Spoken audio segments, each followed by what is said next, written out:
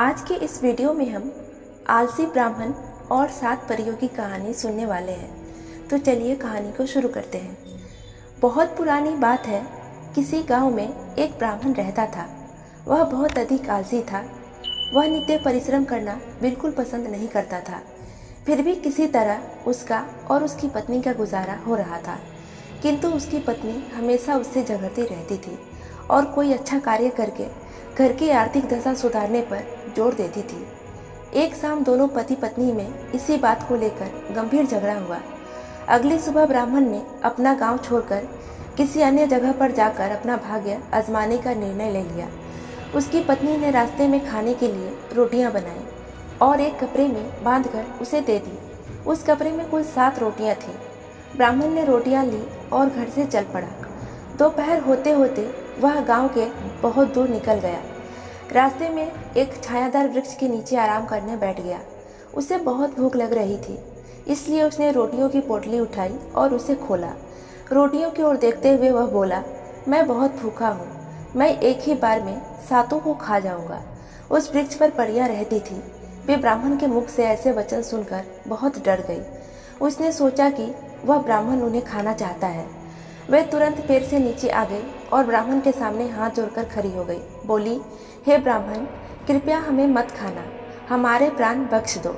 बदले में हम आपको एक जादुई बकरी देती हैं। जब भी यह बकरी चरने के लिए अपना मुंह खोलेगी, इसके मुख से सोने के सिक्के गिरेंगे। ब्राह्मण सारी बात समझ गया। उसने तुरंत पोटली एक ओर रखी और बोला, ठीक है, मैं तुम्हें नहीं खाऊंगा। लाओ, मुझे जादुई बकरी दे दो। परियों ने उसे अपने वादे के अनुरूप जादुई बकरी दे दी।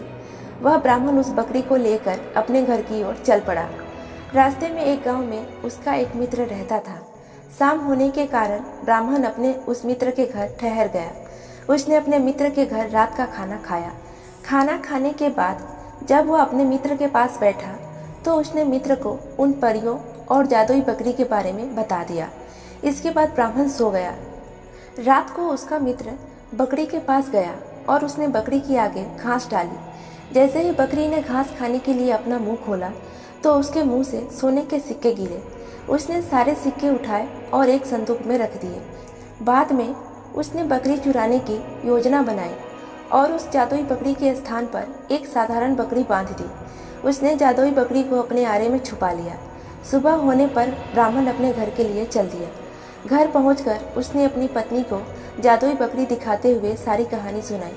फिर बकरी के आगे घास डाली, पर बकरी ने घास खाने के लिए मुंह खोला तो उसके मुंह से सोने का कोई सिक्का न गिरा। उसकी पत्नी उसकी मूर्खता पर आग बबूला हो गई और उससे झगड़ने लगी। ब्राह्मण को बड़ा दुख हुआ।